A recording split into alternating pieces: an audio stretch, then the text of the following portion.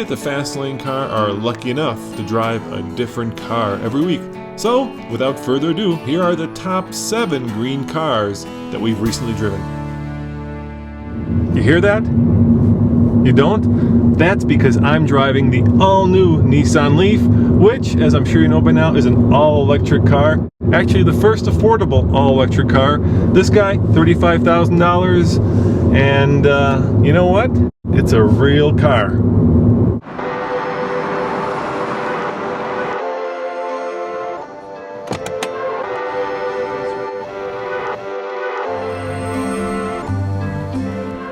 Whether you like it or not, or believe it or not, I think we're all going to be driving these electric cars sooner than later. Why? Because fossil fuels are a finite resource. There's only so much oil in the earth, and we're going to use it up. Today's challenge? Well, it's an unusual but simple one. I told Nathan to bring a car that's capable of at least 99 miles to the gallon, which is, by the way, what this Nissan Leaf is rated at. So I suspect he's going to bring, there aren't a lot of choices, maybe a Chevy Volt.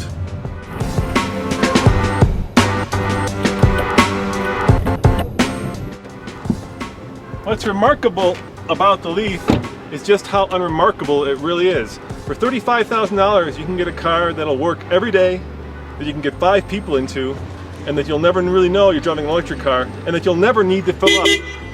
Nathan! Nathan, I told you to bring an electric car. That is a cool car, but it's not electric. This is all electric, baby. You're kidding. No, I'm not. That's a Porsche. It's an old Porsche. It's an electric car. It's not. Come here, come here. This is an all-electric replica of a 1957 Porsche 356A. Electric. Has a manual transmission. How cool is that?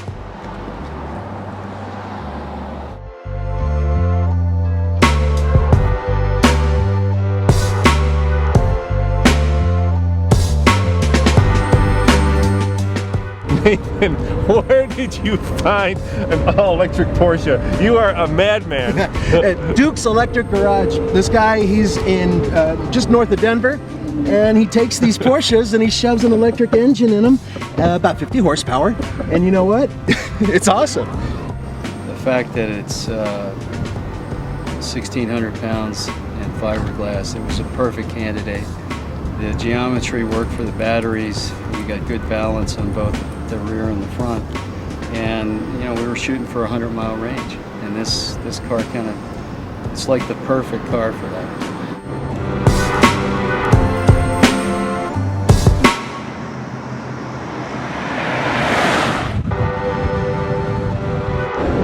You know, Nathan, the point of this challenge was to prove that electric cars aren't just for tree huggers. Obviously, I'm driving a Leaf, which, you know, is about as tree huggy as you can get. Yeah. But this is cool, man. This is cool, and is it fun?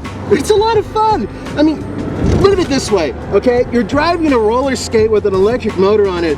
Guys out there and gals who have driven little remote-controlled cars, okay? Same thing, basically, just it's big enough for you to sit in. And if it can hold my big ass, it can hold yours.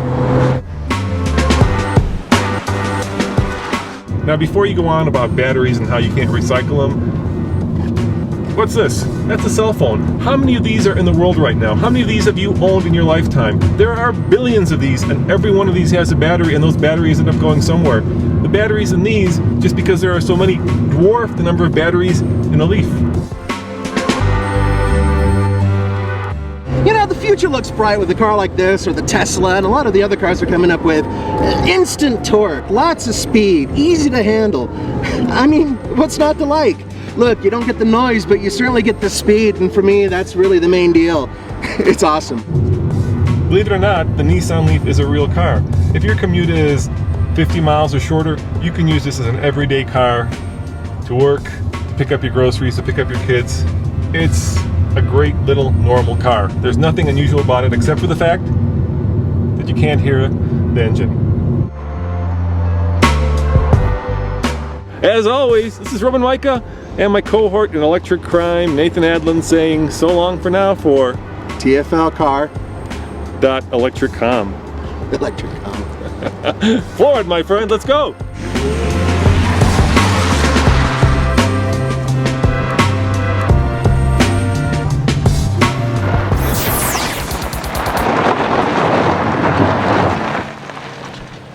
you doing? Nathan Adlin here with the Fast Lane Car. Let me ask you a question. How would you like a green, mean, fast, fun car that's not a Prius, but that's green and loving to the nature? We got some for you. Check it out. Did you know that the Prius outsells almost every other hybrid combined? And that includes this one. This is the brand new Chevy Cruze Eco. Gets over 40 miles per gallon on the highway. It's fun to drive. In fact, it's much more enjoyable than a Prius, and I will show you why.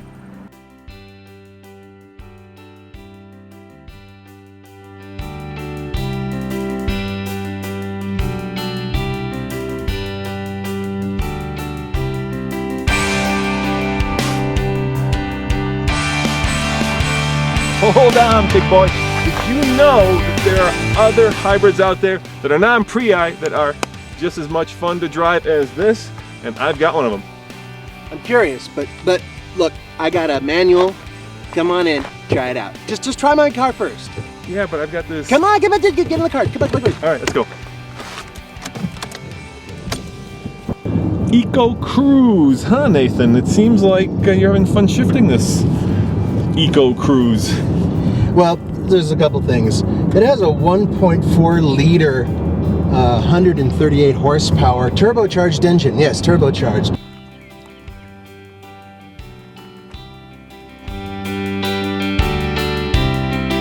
Actually, it is a surprisingly flexible little guy, and the power's really good for an economical car.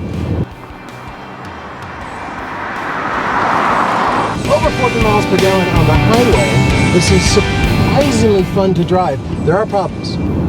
The manual is, the gaps are massive.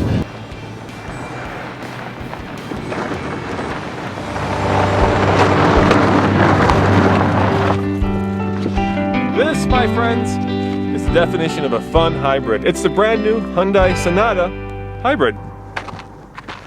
And unlike Nathan's Eco Cruze, this is a true hybrid. It's got batteries, it's got an electric motor, it's got a gas-powered engine, and best of all, it has a 6-speed automatic transmission. Okay, that's not so bad. 6-speed automatic transmission. Mine has a 6-speed manual, which is more fun. My car doesn't look like a flying carp, but most importantly, my car's cheaper. Mine costs about 20 grand. It is cheaper in a lot of other ways too, but this costs $26,000 and it gets 40 miles per gallon on the highway. Mine gets over 40 miles per gallon on the highway. Tell you what, show me how this thing drives, because so far I am not convinced. Let's take it for a ride.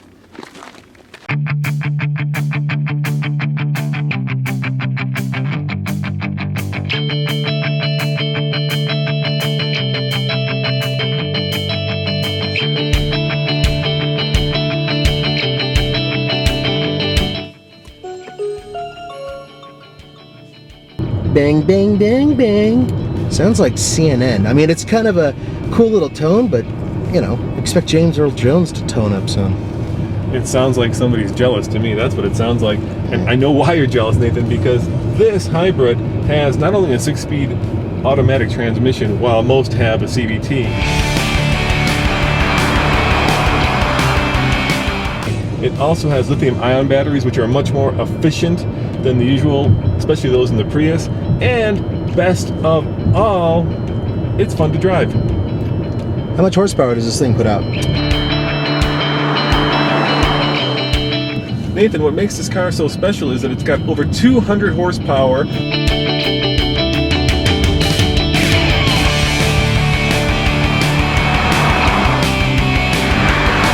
And Nathan, unlike the Prius, this will not put you to sleep. The steering actually is entertaining.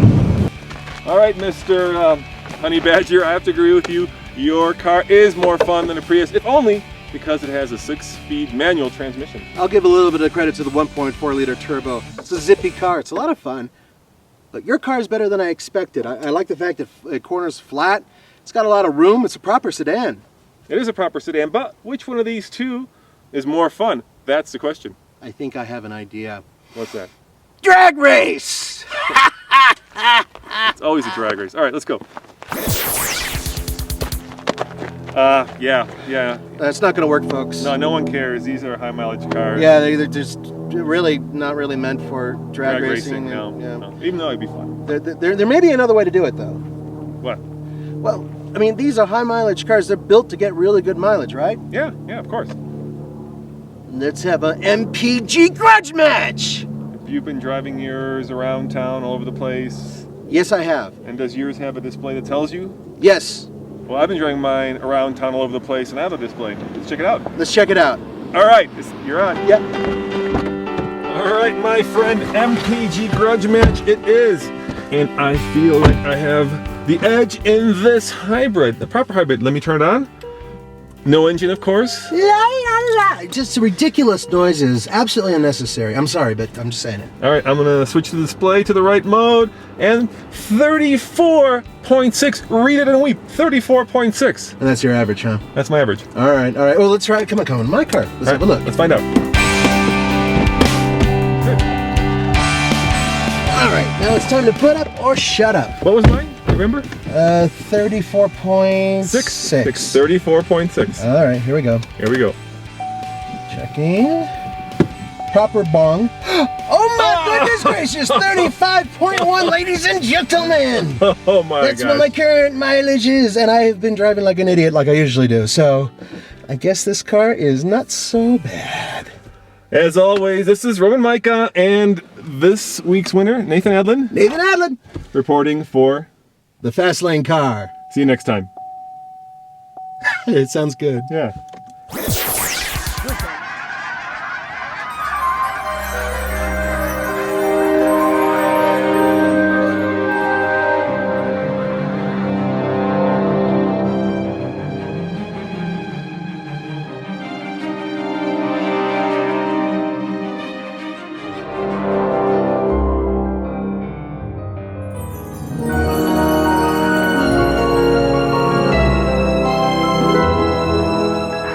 Once upon a time in America, diesel cars were dirty, smelly, loud, and slow. Nobody wanted them. They would throw them away, and they were absolutely hated.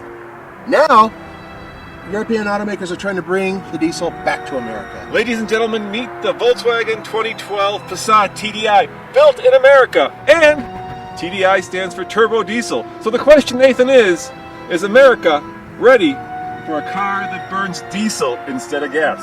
Let's find out. Let's find out.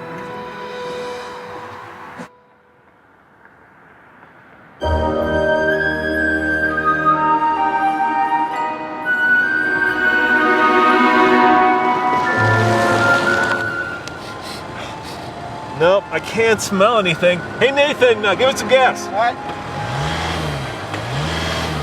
You know, it sounds like a supermodel passing gas. Yeah, as if Roman's actually heard a supermodel passing gas. This is the only place where it actually sounds like a diesel with the hood up and your head near the engine, as far as I'm concerned. I beg to differ, Nathan. Not about the supermodel, but about this is the only place. Come in the cabin with me. Nathan, do you hear anything? I hear a whole lot of nothing. Yeah, goose the throttle. It either sounds like Fran Drescher or a 1980s four-cylinder engine. Yeah, it does. You're right. It sounds like an old Civic or Corolla, but it doesn't drive like one because it's got 236 pound-feet of torque, which is enough to chip those front wheels. Absolutely, and this DSG transmission really helps.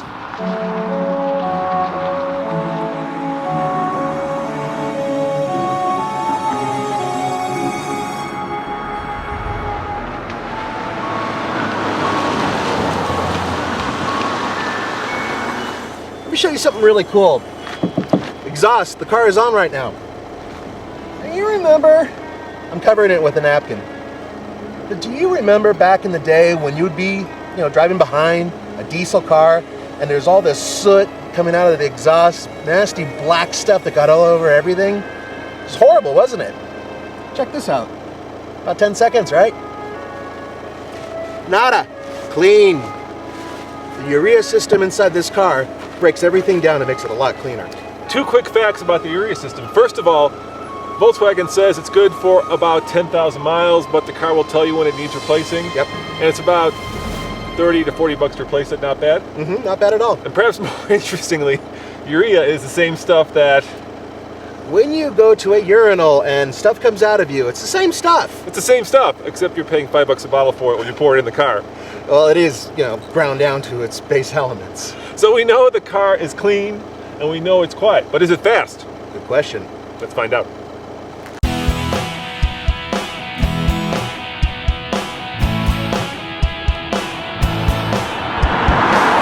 So we're about to test this chunky, juicy, large Volkswagen Passat. What do you think? I think I've got my accelerometer right here, and we're gonna find out how fast it'll go to 60 and how fast 236 pound-feet of torque will get you to that coveted 60 at a mile above sea level. Are you ready, Nathan? Yeah, let's do it. Let's go. Got it in sport mode. Got it going. Little torque steer. There we go.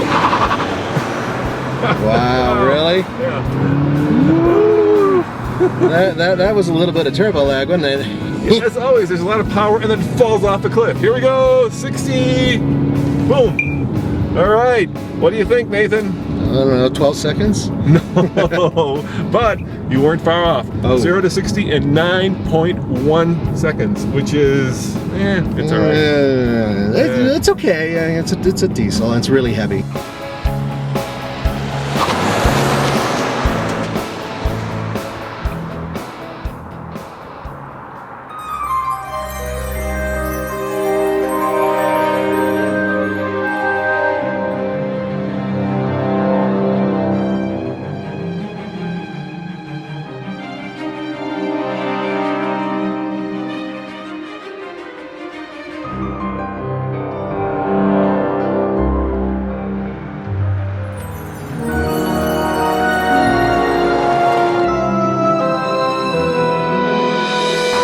So we've established that modern diesels are cleaner, quieter, and of course faster.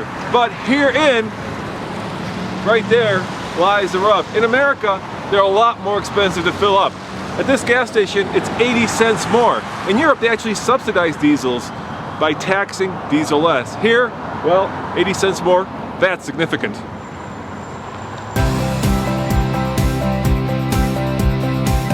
All that means is that this car is a bladder buster. It can go almost 800 miles on a tank full because in automatic form it gets 30 miles in the city and 40 on the highway.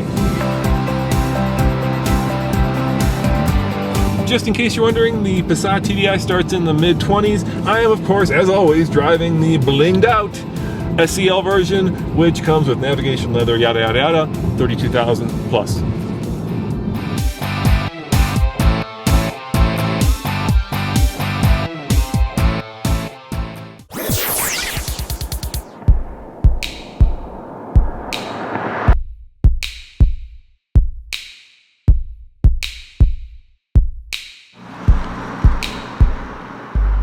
Hello, Nathan Adlin here for the Fast Lane Car, and Roman Micah asked me to bring the best car I could find that got great mileage, was in the mid-30s, and made for families, and this is what I brought. The brand new Toyota Camry.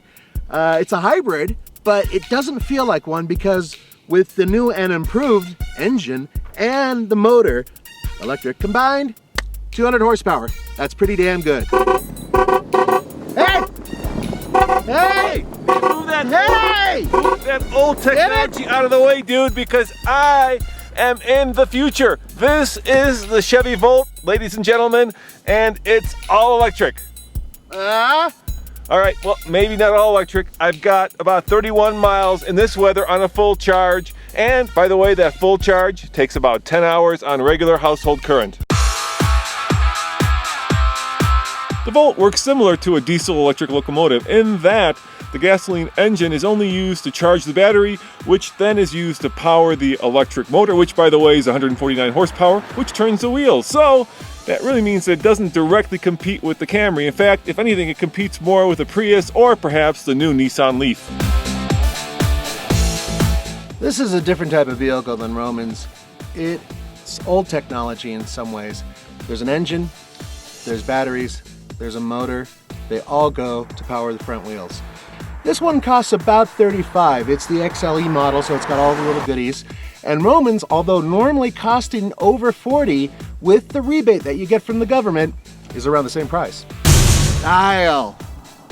Not a whole lot. What Toyota decided to do is make the car look just like a Camry. And it was a Camry. And it's still a Camry. On the other hand, the Volt, I think, is one of General Motors' best looking cars, besides, of course, the Camaro and the Corvette. Nathan, you have to agree, style-wise. Oh yeah, it's a good looking car. I like the wheels too. Style-wise, point Volt. Utility, well, the Volt's not very utilitarian. With the seat back where I drive, I can't really get my leg back here. It's that tight. Plus the battery pack's in the center section, so it only seats 4. It's not very big. If you want a big car, Volt's not your car. I'm luxuriating behind myself. Indeed, I am over 6'1", and yet I can sit behind myself comfortably. In fact, there's room back here for 3 people. In terms of comfort and utility, can't beat this. The good news about the Volt is that it's a hatchback and the seats fold down, so there's plenty of room back here, which means that both Nathan and I fit. There's actually quite a bit of room out here. Even enough room for me and some extra child seats. The one thing it doesn't really have as much as a pass-through. It's really only about that big and it's just over my shoulder. But there's still some utility and plenty of space. Performance, the good news for me at least, is that the Volt has 273 pound-feet of torque, my man. Torque schmork. You know what? You need horsepower to wind everything up at high altitude. I've got 200 horsepower in this car, and I can guarantee you it is going to beat the Volt. All right, tell me when you reach 60. 3, 2, 1, go! Oh, shut up. It's going. Oh, are you going? Yep, 40. All right. 50. All right, tell me when. Now. Oh, all right, here is the result. 9.9 seconds. All right, so, Mr. General Motors, the fate of the company rests in your hands. As it does really on this car, perhaps. So let's try it. 0 to 60, Nathan, you get the stopwatch? I got 0 to 60 ready. I remember you did about 9.9. I'm going to put it in sport mode, which I have. Okay. You don't have a sport mode. No, I don't have a sport mode. I'm ready. Tell me when. 3, 2, 1, go! Oh, yeah, there we go. Actually pulls pretty good. You hear that? I don't hear anything. Of course you don't. It's all electric. 40, 45, 50. Here we go. Now. 10.9 seconds. Oh, no. A full second slower than my car, which means there's a quake happening in Detroit. And worst of all, I used a whole mile of range accelerating to 60. I guess that means point, you know what? Point Toyota. What's really surprising is just how sporty the Volt is. When you're going around a corner, you can actually tell what the wheels are doing. And all that means is that it's fun to drive. I wouldn't call it a sports car, but I think it's sporty, and I think it's got the underpinnings of a car that you would enjoy driving every day. The thing about Camrys is that they've always been very comfortable cars, and the reason they sell like hotcakes is because people like to feel like they're driving a quality car. Well, guess what? Got it right here. It doesn't feel like a hybrid, which is just huge, because normally hybrids are a little tinny, the sound deadening is kind of small. Not in this car. It actually is very quiet, and it performs exactly as a Camry should. All right, Nathan, you're driving the Volt. The brakes are somewhat artificial, but what's your sense for the ride and handling? It's much better than I anticipated. It really is. The handling is actually, well, not sporty, but it's fun. You know, going around a corner, it's kind of fun. Yeah, and guess what? You are about to switch from electric mode to the motor turning on. Let's see if you can tell. Right now, it just switched. Can you tell? Hey, wait, it did it now? Yeah, it just switched. Right there, it switched. Couldn't tell. It's completely transparent. I think for ride and handling, point Volt. You agree? I agree. All right, my man, would you agree? Practical and cool. Yeah, that's a cool car. I really like that. Just the design is awesome. But they're all tied up. We're 2 to 2. So economy is the tiebreaker. What are you getting? Well, I'm averaging about 32 miles per gallon. So the Volt is rated at 94 by the government on electricity and 37 on gas. And guess what I'm getting? Using both. 50? 68. Point Volt. I guess the Volt wins. Good for the Volt, but you know, for you people who like practical cars, can't really go wrong with a Camry. Oh, sorry. As always, this is Roman and Nathan reporting for the Fast Lane Car. See you next time.